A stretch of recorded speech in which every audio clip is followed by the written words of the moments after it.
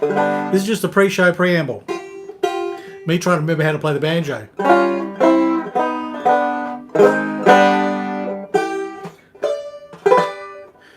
I think it needs new strings. Making sure my mustache is twirly, you know, all the usual things. That's the Indian version. Sitar version.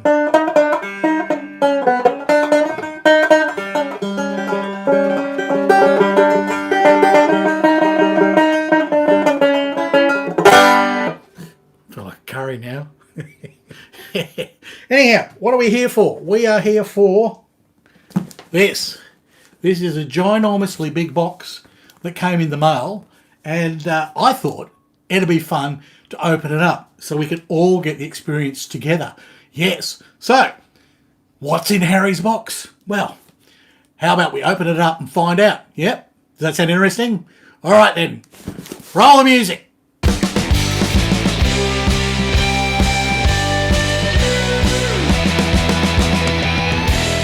So this box is too big for me to try and open it on the bench. So I'm going to open it here, and then we'll transfer whatever's inside it into the bench. So I'm going to expose my flaps now. So are you ready? Okay, so here we go. Got the knife. All right.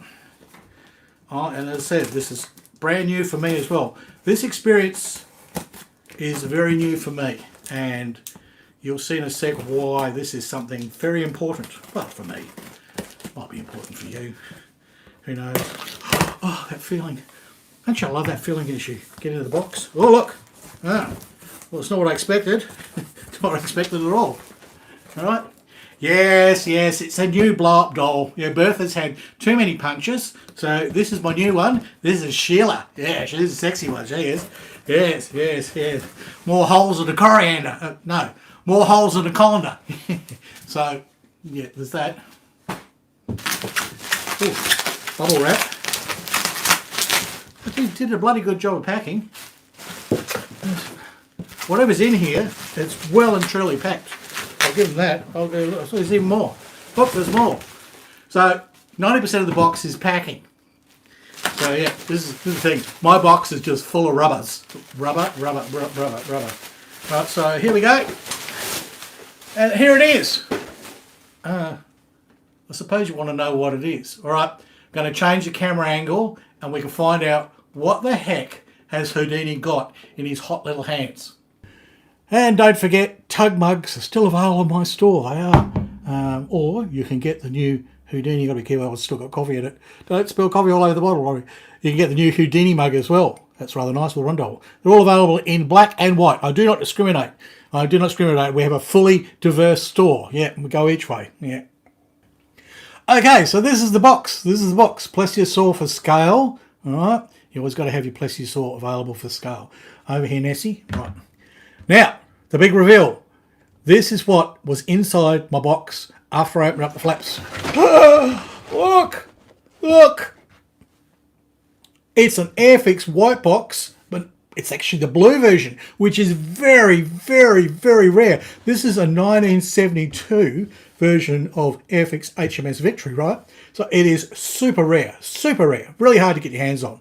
I mean, I've been looking around for a white box of some description for a while because I didn't really want the red box. I mean, you know, I've seen the red box. It's just worn out. The moulding is rooted. 50 years of pressing these things out, and it's one of their popular kits. So you imagine one of the Spitfire kits after 50 years. We know what they were like. At the turn of the century, right, going in the millennium, the Spitfire kits had to be retooled because they had just got worn out. Absolutely worn out. So I'd hunted around. I was nearly going to get like a 1980s version, sort of the brown box sort of one, you know. And then, lo and behold, this, not far away from me at all, turned up. I think it's like a deceased estate or something. And the guy was sort of, he had it for 3 months. He must have had the price too high because he adjusted the price down a bit. This is on Evil Bay, right? And so I got even cheekier and I went in and said, wow, you make this much? And I didn't get it for 2 shekels. No, probably 4 times that. So, you know, but still a bargain for the fact that this is a classic white box. And apparently, we'll soon find out. Let's look inside. In the original unopened bags. Yes, it is a virgin. Its cherry has never been popped. No. So this should be, and it looks like it, this should be the original plastic from the original moulding. This should be bloody good. This should actually be the nicest Airfix kit in the world. Yep, we've got all of that to do. We'll have a look. And of course there's no holes in the bag because this thing has been stored nicely. So there's no suicide parts, right? Sails. I've never been a fan of the Victory sails. They're just boring. I mean, when I did the review for the Royal Sovereign, those sails are really nice. They've got lots of, lots of little twiddly bits and hangy bits and everything. These, boring as batshit, right? No, won't use them. No. And why would you anyway? Anyhow, sometimes they look good if you just rig them just with the yards. Just do minimal rigging. And we've even got a slightly yellowed instruction sheet. This is letting you know, yep, this is. And it has that new kit Airfix smell from the 60s, which is nice. It's not the current curry flavour that you get. Yeah, it definitely does have a curry flavour. I mean, I speak as a person who is a lover of curries, so there's no racial slur there. I do love my curries, but the new kits do have that funny taste, smell. Yeah, and we have the original decals. Look, they're not as crisp as the new ones that you get, but they'll be okay. And look at this. We can do the signalling. Every boy deserves good food. Whatever. What did he put up? Every man has to do his duty. What is it? Remind me what it is. Nelson put up this famous thing, Every sailor has to do his duty or we'll bloody throw you overboard. Something like that. I don't know. You'll know. Oh, look. The original Airfix. Look how you can tell it's genuine. So this is the one where if you're missing a part, you fill it out, send it off to Airfix and they send you back the part for free. Used to be for free. And then after a while, they used to say you've got to pay the postage. I've never seen these not buggered. Like, these are still flat, okay? These are, as they came from the factory, flat. I've never seen them like that, ever. They're somewhere in the box and they've been all scrunched up and they're folded over. These are flat and they're in bloody good nick. So you could use those. I won't, of course, because I will use my rigging tools. Here's the thing. Shall we pop the cherry? I think we should. It's almost sacrilegious, but we're going to have to do this.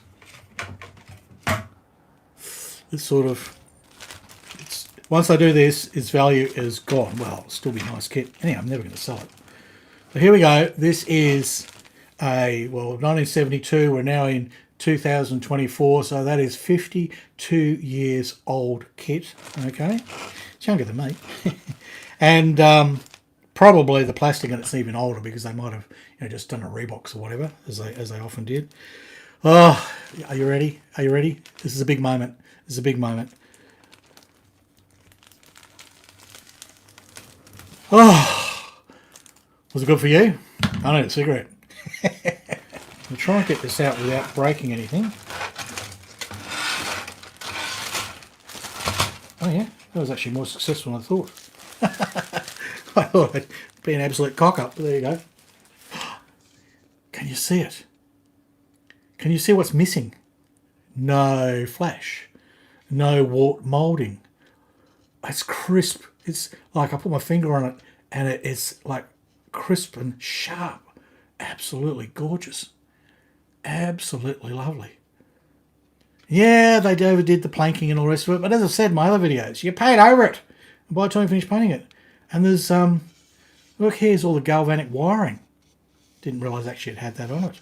I mean, I had this kit back in the late 60s, early 70s. Admittedly, I was very young. I didn't do a very good job of it. I kind of hand painted with brushes. It was a bit of a bloody mess. I couldn't, I did it yellow and black, and I think I left the black of the plastic and I painted yellow stripes on it. And they were kind of wobbly, I did spray paint the bottom and I did mask it with like sellotape, and I used some copper paint that I bought down the hardware store and did the copper hull. And it sort of was okay. It looked like a Victory. I did it all up. I didn't do much rigging on it. I was only little. Besky's at my feet. She's running around. What you doing down there? People want to see you? Here, you want to see Besky? She's sniffing the box. You're having a look at the thing? Oh, you're going now. Here you go. The neighbour's got some food. Bask, your fans want to see you. No? You going to talk to anybody? No, you're not. I'll get out. I'll get you some fish after I've done the live broadcast. You're supposed to be behind the camera, running. That is the nicest victory from Airfix I have ever seen. I'm hoping it's coming across on camera because black is, it shows up pretty well. Good on you, Mel. Okay, thanks for that. It is showing up. Okay, so hull halves are looking pretty good. And they actually look like they're identical because they've got bloody the same things. Yeah, they've just reflected it. Now this is where they've got a bit more sort of adventurous with the masts, and they've started to put a bit of the binding on. It's the major binding. Major binding here, I say, chaps. Here we are. And this is where they join things together a bit more, right? Their things are joined. And when we did the Sovereign, looked at that, this would have been 3 parts, whereas now it's just one. The plastic, stiff. As stiff as I am right now. Yeah, it's a hard one. It's a hard one, so that's beautiful. I love this plastic. And they say, people have said to me, but plastic gets harder over the years, dries out. Yeah, sort of, but the early Airfix plastic was like this. I remember, this is how it was. The new stuff is all soft and bendy, and that stuff that they punched out of the Hella factory in the late 80s and early 90s, the brown stuff, yeah, it definitely is brown stuff. It belongs down the lavatory. And these are the rest of them, the yards. Oh, and they've got little joiny bits there to hold them all together. So nice, so nice. Now, if you've got the Airfix red box of this, and you're looking at this going, this doesn't look like my kit, well, it isn't. It isn't. I mean, yours, different plastic, different moulding process, different curry flavour. It just isn't the same kit. It really isn't. Now, deck. So we've got here the main deck with the 4-piece. So there'll be a forecastle that goes on there. So that's nice. Kept nice and flat. I think the reason in my Royal Sovereign that the deck didn't warp is that it was still on a big, stiff sprue, right? And girls, you need a big stiff one so that you don't get wobbly. That's right. So yeah, that's the whole reason. Whereas when the Prince, it was already loose in the kit and it had basically gone banana and gone all floppy. So yeah. So here we go. Wankers. Yep, yeah, anchors. Yep, anchors. Yeah, huge anchors are huge on this. Even though it's a 1:180 scale kit, I mean things on it are enormous. Yep, and pretty well we're seeing exactly the same cannons. Yeah, exactly the same cannons that we saw in the Royal Sovereign kit. But this time we've got black plastic. Oh, one of my little cannon flaps has fallen off. Oh, that'll be probably floating around in here somewhere. That's not bad for Airfix. I mean, after 52 years, you expect half the kit to have suicided, really. And there's the classic Airfix stern, right, with all the windows and the heraldry up there. Look at that. And it's clean. Look at it. It's a clean kit. A clean Airfix victory. Yep. You don't see a lot like that anymore. Yeah, you don't see any in a red box. No. And here we go. Here is... No, this is actually the main deck. There must have been an upper deck for that one. Oh, no, this will be... Yeah, this is the upper deck. Yep. Because the main deck's underneath. So C3. I forgot what the victory's like. And you'll have your quarter deck, poop deck sort of thing up over there. So this one... Well, it's very thin, but it's not very warpy. I mean, it's just supposed to be flat, so that's good. Airfix stand. As I said, they're good, but I don't usually use them. I like to use things. Oh, look, one of the little boats just sort of went, oh, 2 little boats. Little bastards tried to bloody climb in the little launches and piss off. Yeah, well, you couldn't get very far, could you? Because your bag was sealed. Yeah, you would have suffocated. And again, a complete absence of flash. This is the thing. People bitch about Airfix kits and flash and, not bad, all softly moulded. No. If the bloody moulding is 50 years old and has been punched out, you'd be sagging, floppy and mouldy and have a bloody flash everywhere, right? This is what it was like for me when I grew up. Airfix was beautiful, clean, crisp, lovely models, really good. I loved them, and I still do now because I buy white boxes. Yeah, or if I buy a new kit, it has to be a new tooled kit. So, here we go, there's channels. Tiny little dead eyes. Don't know if I'd try and put wood dead eyes on this because they're going to be minuscule. So in some ways you're almost better off. We'll see. I might be able to do something. Maybe I can 3D print some and rig my channels at least. The channels are the lines between. And your deadeye's got a little string between the two deadeyes pair. So I don't know, we'll see. Fighting platforms, everything is just crisp, clear, lovely. You got a bulkhead here. This looks like the beakhead bulkhead. I think it is. That's the one that goes right at the bow, right just before the heads. So those are the doors where the little sailors run out and go, "I did not poo!" And they sit on the heads. And you know why they have the heads at the front of the ship? Well, because the wind blows from the back. That was the thing back in the days of sailing ships. The wind blows from the back. So all the sailors doing their la pooping and their la pisking, right, that'll be on the bow in that little area hidden inside the headrails. And it would basically fall down on the front of the hull. But that didn't matter because the bow wave coming up all the time, cleaning it. Perfect system. Self-flushing. The officers had the little galleys. So, and I don't know if it dropped poop out or they had sailors that went and collected buckets like poop collectors. Probably little guys going, excuse me, sir, yes, can I take your poop? Thank you, sir, It's an honour. It's an honour to transport your poop to the heads. Ah, dear. So we've got these internal bulkheads. These are probably for the upper levels, which go into the officers' quarters, which are these, okay, which we call the galley. These are the headrails. The headrails are so that sailors could stand and they could adjust rigging from the front there, or they could actually sit on there and poop. So it had a lot of things that it would do. So yeah, the front of the ship was covered in shit, but it got washed off by the waves. And there's the little crest, that tiny little thing. Is it a crest? Yeah, that's the crest that goes in front of the ship. That was a separate part. It has a tiny bit of flash, but nothing to speak of. Rudder. Look, all the parts are just fantastic. Oh, look, here is that one little suicided flap. There are little sinkholes in these, but you can usually fix those up with a little bit of sanding because these are always too thick. So usually the tiny little sinkhole there, which is not much, you just sand down your flap. There's a few little loose parts. Well, there's that is the top of the belfry, right? That's where the little bell is. And the ship's bell, ding, ding, ding, ding. You're all a bunch of ding dings. Yeah. So there's the belfry. So not a lot of loose parts. We've got one cannon port lid, one belfry top, and this is a cannon. Oh, it's a little one. This would be one of the ones on deck. It's a little either a carronade or a what's the other word? It's carronade. I think it's carronade. Is it carronade? Somebody will let me know. There'll be some rivet counter in the comments that'll tell me what that is. I think it's carronade. It's got a little adjusted little thing there, and it's got a little bit that hangs off the back. I don't think it's flash. Oh no, I don't have my super strong reading glasses on. I should have, shouldn't I? Yeah, it's not flash. At first I thought, it's got flash, but no, there's actually a little trigger and actuator and everything, and there's a pivot point, and it's a tiny little carronade. How about that? There we go. And again, ladders, they're just as nice as the ones on the prints. So they're lovely, and we've got lots more channels. Beautiful, nice and clear. All right. And then there's some widgets and there's a little scuttle there. A little grate. It's great. It's a nice little grate. All right. And so there's only a few things off the sprue. Really good. But that's what you'd expect with a brand new kit. Let's have a look at the instructions. I'll just carefully tidy this away now. So if you're watching live, this is time to smoke them if you've got them, get a cup of tea, hop on my online store and buy a mug. Yeah.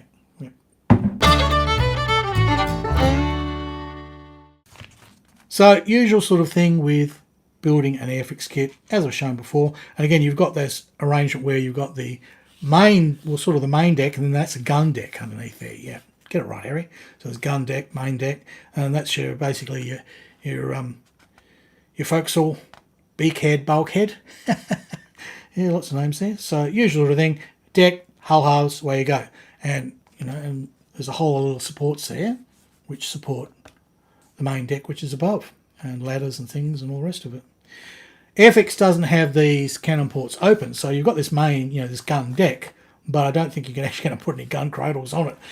The open holes here on the side of the hull, which go into the gun deck, right, they have got cannons. So yes, they do go inside there.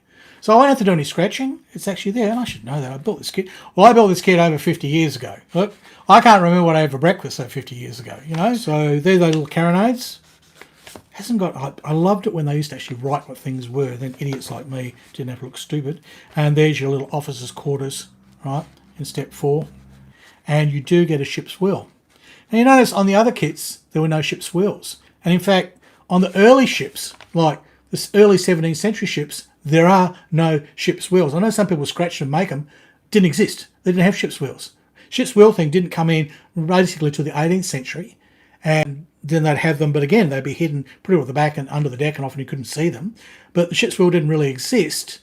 They used to basically have crewmen down below that used to have to pull chains, the pulleys and things, and that's how they adjusted the rudder. Because the rudder does help the steering, but most of your steering of the ship is done with the sails. So they basically use the rudder in conjunction with the sails, but honestly, the sails could override it. If the wind was strong and the sails were a certain way, pretty well didn't matter which way you had your rudder, she'd be going the direction of the sails. Yep. So here we go. Here's that step 5. Here's the top of the belfry. That's that little part, right? And there should be a bell. This doesn't look like a bell. There it is. Yeah, that's a little bell there. So that we paint brass. And that is a little bloody air tube or vent tube for the kitchen, right? So all the grub's being cooked in there, right? They're basically having whatever they have, fish. And that would be a chimney out, or it'd be for letting air in to the kitchen area. So there you go, kitchen galley. So moving along, it's about the same as the bloody last video, isn't it? Yeah, it's just rinse and repeat, Harry. Do the same video over and over and over. No one's going to care. Okay, so part 6. Oh, that's interesting. We've got big slots there for the anchors to come through, the anchor ropes, which is kind of handy while you're building it. You can put the anchor ropes in, have them glued and have them falling out. And then you add this little thing here, which has basically the horse holes, right? Or the horses. They're actually just called horses. I always call them the horse holes, whatever. And that's where the big anchor ropes come out of, right? And they'll go up to cat's heads, and actually the cat's head will have a little pulley on it. They'll go up to anchors, and then a little cat's head, which you haven't found yet, sticks out and it pulleys the whole thing. Then we're putting on their poop deck, le poop, and again we've got little forecastles and things, and we've got ladders. Interestingly, that one is got edges around it, so it's quite proud. Because I remember complaining that the Royal Sovereign, the little deck gratings, right? They were really tall. They seem to be stuck up way too high. But maybe that's how they were in this period. I don't know. I'll have to go and have a look at some photographs of the Victory, the museum ship, because at least that part should be the same. They shouldn't have changed that. Might have painted it pink though. Yeah. So here we go. Here's your officers' galleys, right? Either side there. And then you can see how we put in the little doors and windows and everything for the privacy of the officers. When they were in fighting mode, all this would be struck, right? So basically they were in battle. All these things would come down. They were designed to totally fold down. Everything would open up. There were cannons all through the back here, even cannons back in Nelson's bloody room at the back, right? Cannons everywhere, and the crew would get in and man all the cannons. They wouldn't waste any space on the ship, not at all. Cannons in the toilets, cannons everywhere. Well, heads of the toilets, so yeah. Yeah, but they literally wear cannons in the toilets. It's there's photos of showing the privy, right, the officer's privy, and in the officer's privy is the cannon with some cannonballs and a bloody, the couple of the rods for pumping things in and out. It was all there, so they don't have to actually go to le poop and there'd be a cannon in there. Yeah, is that a cannon in your pocket, or are you just dying to go to the toilet? There's those launchers, the ones that escaped, but they didn't escape far. They couldn't get it out of the bag, no. And you've got little railings here. Oh, I hadn't noticed those. I wonder how good they are. They're probably okay. They're probably nice and fine. You never know. We'll find out. We will find out. Step 9, we're getting a bowsprit in, right? And then we're putting the little part of the head cover there, right? Little I forget that's got a name. Beak cover? Beak grating? I don't know. It's the bit that goes in the front of the ship. And it sits flat on there. Yeah? And we've got, there's cat's heads. Right? Cat's heads there and there. And they stick out, right? And the whole idea is they have pulleys on them. They can pull up boats. They can pull up supplies, And basically there's little, pulleys and levers and things on them. And they can they help with dropping the anchor chain down. Obviously, the anchor will go down on its own weight, but it stops it banging on the side of the ship because the cat's head sticks out, right? And that's the whole idea. They call it cat's head because right on the end of it usually is a picture of a pussy. Yeah, there's actually a little cat's face on the end of it. and that's why I call it cat's head. I mean, the whole thing is probably not called the cat's head, but colloquially, just like ratlines became ratlines, even though they're shrouds and ratlines, this became known as the cat's head. So, then there's these little booms here, and they usually stick out, and that's for parking. You know how when you're sort of parking and you can't see the front of your ship, you know, so you need those little sticky out things with balls on the end of it. So as you're parallel parking and everything, you don't. But no, they're part of the rigging. They allow some lines to run off the bowsprit lines. You've got your lanterns at the back there. I wonder if I can 3D print those in clear. I've got some clear filament now. I want to do that to 3D print lanterns and then paint them up and they can see through. And just like the cat's heads at the front, you have got these, which you'd probably call divots, right? Davits, and that's where there's a boat at the back here as well. So that's usually done.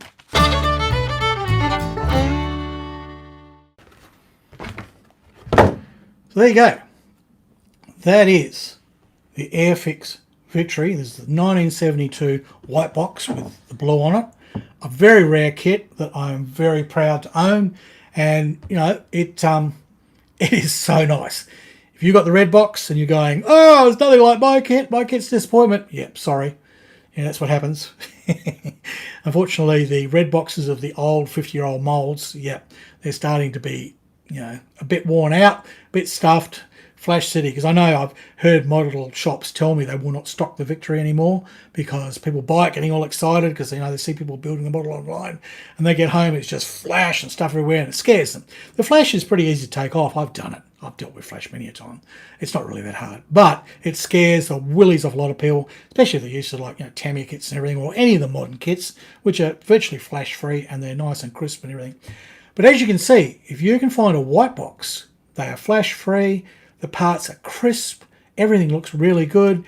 This will be an absolute joy to build, and it is a kit that I've been waiting for quite some time because I didn't want a red box. I wanted to wait until I could find a decent white box, and didn't I luck out with this one, 1972 version. Only thing better than that is an original white box from, I think they first came out in 65 or something, right? And yeah, those. Well, one, they want an arm and a leg if you could find one. You basically have to give a kidney. Two, they just can't find them. They're just not around anymore. People have either built them or they're holding them in their stash or they're sitting in someone's attic. You never know. One might pop up. As us baby boomers are basically shuffling off this mortal coil, deceased estate kits are popping up like this one, because the guy said to me this was his father's. And he knew it was worth something. He obviously thought it was worth a lot more. But I got it for a price that, well, 4 times what I paid for that Sovereign, but still a good price for what this is, and I will never sell it. I will build it. Not straight away, no.